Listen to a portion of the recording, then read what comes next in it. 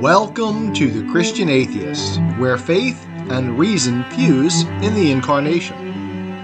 Episode number 112, with guest speaker Raymond Mulholland. We are our parents' children. We welcome back our friend Ray Mulholland to the Christian Atheist. Ray has recently joined with CatholicismForTheModernWorld.com as a content creator. He also runs the Facebook group 189. Check out our chatterview with him in episodes 102 and 103, as well as his contributions to the Christian Atheist. What is Joy? Episode number 98. Russell's Teapot, number 83. And Agree to Disagree, number 64. Welcome back, Ray. Hello, this is Ray Mulholland, and once again I would like to thank John for giving me an opportunity to be here. Today I'm going to recite my article, We Are Our Parents' Children. Stop judging that you may not be judged, for as you judge so will you be judged, and the measure with which you measure will be measured out to you. Why do you notice the splinter in your brother's eye, but do not perceive the wooden beam in your own eye? How can you say to your brother, Let me remove that splinter from your eye, while the wooden beam is in your eye? You hypocrite! Remove the wooden beam from your eye first, then you will see clearly to remove the splinter from your brother's eye. Matthew 7, 1-5. We live in a culture that is very skeptical of history. This is not new, as one thing history has taught us is how much society rejects history. There are, however, those in our culture who, rather than hold us accountable for what we do, want to make us accountable for what our ancestors did. Ancestors who died long before our own parents were born, and this poisonous idea seems to be spreading. It is one thing to try to understand what happened in history as a learning experience. It is quite another to use history as a distraction from the sins we are committing today. It is easy to look at the founders of the U.S. Constitution as being evil because many of them owned slaves and/or begat many illegitimate children. There are those that claim that since these men were evil, the society they created must likewise be evil. Whatever shortcomings these men had, and as individuals, some will certainly have much to answer for on Judgment Day, they at least acknowledged their shortcomings. The society they created was specifically and explicitly designed so future generations could correct their mistakes. Despite the apparent cognitive dissonance some of the signers had, the Declaration of Independence actually laid the groundwork for the abolition of slavery when it declared that all men are created equal. As time went on, it became increasingly obvious that slavery was incompatible with the ideals that would shape the nation. It was not by coincidence that it was the slave-owning states who wished to secede from the Union. Their economy was incompatible with what the Union stood for.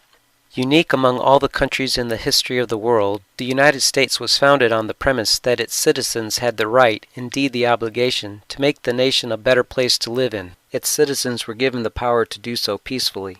Yet the revolutionaries in our country today are all too happy to use violence and the threat of violence to achieve their goals, even when peaceful means are possible. There was recently an example of protesters destroying statues they felt were offensive, even though the local government had already consented to remove these statues and was in the process of hiring contractors to do so. Some may ask, what does this have to do with the Christian discussion? Well, with all the hype going on over the violent removal of the statues, the media had seen fit to underplay the fact that Satan worshippers moved in and erected satanic images where the original statues once stood. As citizens of the United States, we have the authority to participate in our government. As Christians, we are morally obligated to exercise this authority. When Christians refuse their moral duty to participate in our government, Satan quickly steps up, literally and figuratively. The truth is that all future generations must live in the world created by previous generations. The first United States Civil War happened in no small part because of the unresolved problems that were obvious and well known to the signers of the United States Constitution. Over 620,000 men died to decide the matter of slavery in the United States. But even this epic sacrifice did not solve every problem. The failure to properly integrate the estimated 3.9 million suddenly freed slaves into society after the Civil War led to ongoing problems for almost 100 years, until Dr. Martin Luther King Jr., who gave his own life in the effort, managed to abolish the so-called Jim Crow laws in the 1960s. The current generation still has matters to work out, but the humility and self-sacrifice expressed by the Founding Fathers, Abraham Lincoln and Dr. King, seem to be missing today. The current generation, no matter how noble its ideals might be, will leave some evil behind just as previous generations did. The current generation is no less human and therefore no less evil than the generations that came before it. But, perhaps, there will be a new kind of evil. There are many examples I could pull from, and new ones seem to come to light every day. Fortunately, many seem to have characteristics of a fad, and I suspect they will quietly go away once the general public becomes bored with their absurdities. But there is one of particularly heinous nature that has withstood the test of time, with its adherents only wanting more. The evil of past generations was the repression of people, but for the last 50 years we have seen a movement to destroy people. The evil the current generation is doing now will be passed on to whomever of the next generation is fortunate enough to see it. And the single greatest argument made in support of this evil, fetuses are not human, is essentially the same argument once made in support of slavery, blacks are not human. Amazingly, or perhaps predictably is the correct word, a large number of those who show no mercy to our founding fathers over slavery are fanatically defending their own right to brutally murder unborn babies. According to the Center for Disease Control, over 61,600,000 abortions have taken place in the United States between 1973 and 2019. 2020 statistics were not yet posted at the time of this writing. The world's largest and most respected pro-abortion organization, the Guttmacher Institute, does its own tracking of abortions, and they joyfully suggest that the actual number is 25% greater, over 75 million. This is from a country with a population of about 330 million. We are currently recovering from a worldwide panic that involved a disease that directly killed only about 6 in 10,000 people, yet 1 out of 7 people are being killed in the womb by the willful choice of the would-be mother. And while many people with painful and even life-threatening afflictions had to wait months to reschedule surgeries or other treatment due to COVID-19 restrictions, the abortion clinics did not have any such restrictions placed on them. This absurdity was based on the idea that they provided an essential service. Apparently, systematically destroying over 15% of the population is essential. In 2005, the Guttmacher Institute performed a study in 39 clinics and interviewed almost 2,000 women as they were waiting to get an abortion. We are given the following summary. The reasons most frequently cited were that having a child would interfere with a woman's education, work, or ability to care for dependents, 74%, that she could not afford a baby now, 73%, and that she did not want to be a single mother or was having relationship problems, 48%. Nearly 4 in 10 women said that they had completed their childbearing, and almost 1/3 were not ready to have a child. Fewer than 1% said their parents' or partners' desire for them to have an abortion was the most important reason. Younger women often reported that they were unprepared for the transition to motherhood, while older women regularly cited their responsibility to dependents. Nothing is mentioned here about women being afraid of dying while giving birth, which does happen for about 1 in 50,000 pregnancies that are carried to term in the United States, and nothing about medical conditions or fear of baby abnormalities. Except for pressure from parents, which was less than 1%, every reason given was an economic and/or quality of life matter for the would-be mother. Is not slavery a matter of economics and/or quality of life as well?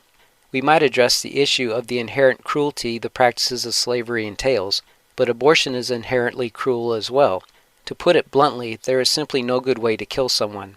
Some ways may be worse than others, but none are good. The preferred method of abortion is to use a vacuum that pulls the baby apart piece by piece.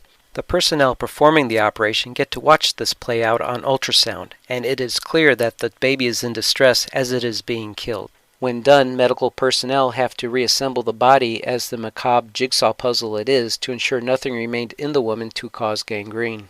When dealing with moral issues, we must also consider the impact of unintended consequences. There are those today that greatly favor stem cell research, which promises much in the way of genetic engineering. Indeed, we already are seeing the fruits of such work. Parents can know the gender, eye color, hair color, and more at a very early stage in prenatal development. A popular, but not statistically relevant, argument in favor of abortion is based on knowing the child will be born with a horrible, painful disease. But this is a seed that I think ought not be given a chance to grow. Claiming quality of life in defense of abortion is a smokescreen, as the Guttmacher Institute was so proud to demonstrate in the above report. But the smokescreen hides horrors perhaps even worse than mere murder. Stem cell research and genetic programming go beyond merely being able to farm organs and identifying genetic diseases. There is no logical reason to suggest that this same technology can't be used to identify children who will be genetically predisposed to obedience, or to have desirable physical and/or intellectual characteristics. There is no logical reason to suggest that we won't be able to one day manipulate these genes to customize the future child. Will the children who are so customized thank their parents for it? Will they even have the ability to form an opinion on the matter? Even without the means to directly manipulate the genes, simply knowing in advance what genetic inclinations the child will have can be used to the same effect. What if those pushing their own ideas of what the perfect society looks like begin to encourage parents to consider aborting children that won't fit their views? Will Americans embrace the idea of how wonderful a future society will be if children were better behaved?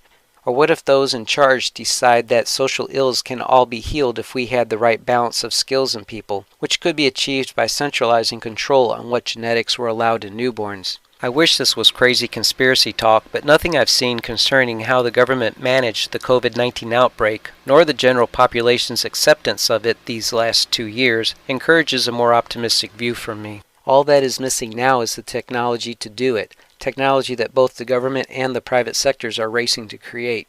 Granted, I think parents who would do such a thing are, for now anyway, few and far between, and the Guttmacher Institute's report does seem to support this.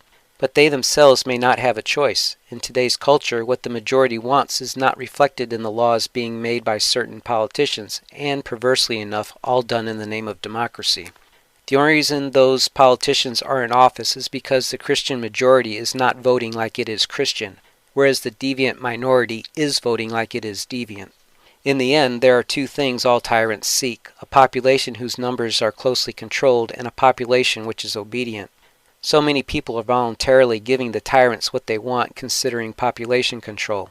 There is at least one country whose government actively and openly controls the population through abortion: China.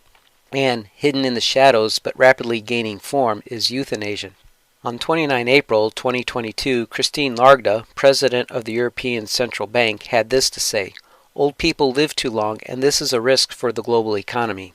The World Economic Forum is encouraging seniors to commit suicide for the good of the newer generation, as was seen in a Twitter post dated 30 April 2022. Euthanasia is not quite yet mandated by any government, but what is legal is not much better. Existing laws are advertised in such a way as to encourage public confidence, yet are worded to encourage suicide by those who might be saved, as well as presenting opportunities to murder someone legally. Belgium is famous for leading the way for euthanasia, and children as young as 12 years can request it without parental knowledge. Although Dutch law specifically calls for consent, according to the late Dr. William, Center for Clinical Bioethics at Georgetown School of Medicine, in a letter to the editor of the Toronto Sun on 10 September 2010, this is not always done. Washington State calls for strict conditions in doctor-assisted suicide, but according to attorney Margaret Dorr of Choice is an Illusion, in a letter to the Montreal Gazette, neither the law nor any forms or reports of assisted suicide requires verification that the death was indeed consented to at the time. Specifically, once one formally requests assisted suicide, that person is at the mercy of whoever administers it. More recently, March 1, 2022, proposed Connecticut Act. Maybe you trust your kids, but what about your son's new wife? At margaretdorr.org. Ms. Dorr warns that although the proposed law requires an application to get the lethal drugs, once the lethal dose is in the house, there is no oversight. It only takes one person to administer the drugs, and this person can be a beneficiary of the alleged suicide's estate. If assisted suicide ever becomes an accepted cultural practice, then there is no logical reason to assume that the government won't get involved to ensure the poor can kill themselves just as easily as the wealthy. Indeed, there is much debate going on in Canada today over this very issue. We currently have a president willing to sue any state who makes abortions more difficult, and a vice president who has publicly claimed we need even more abortion centers across the country. Killing 15% of the population is not enough for them. And once a government gets to say who gets to be born or not, why not sell the population on the idea of genetic testing and genetic manipulation to ensure only the best are born? There is a growing number of states seeking to restrict abortions, some even to the point of making abortions almost impossible. But they are fighting 50 years of case law, and meanwhile euthanasia laws are being presented and passed with little or no public awareness. I don't think it is a coincidence that the first generation to be allowed to kill their children are now increasingly being encouraged to kill themselves. After all, we are our parents' children. I am a Christian, with the searching and skeptical mind of an atheist. I don't want to believe anything that isn't true. I know both sides of the looking glass, and I know them with open eyes. I choose Christ's side.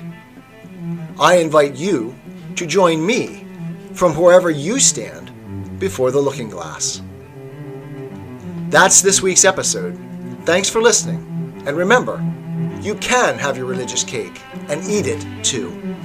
You can have reason, respect for science, a 21st century worldview, and be a Christian.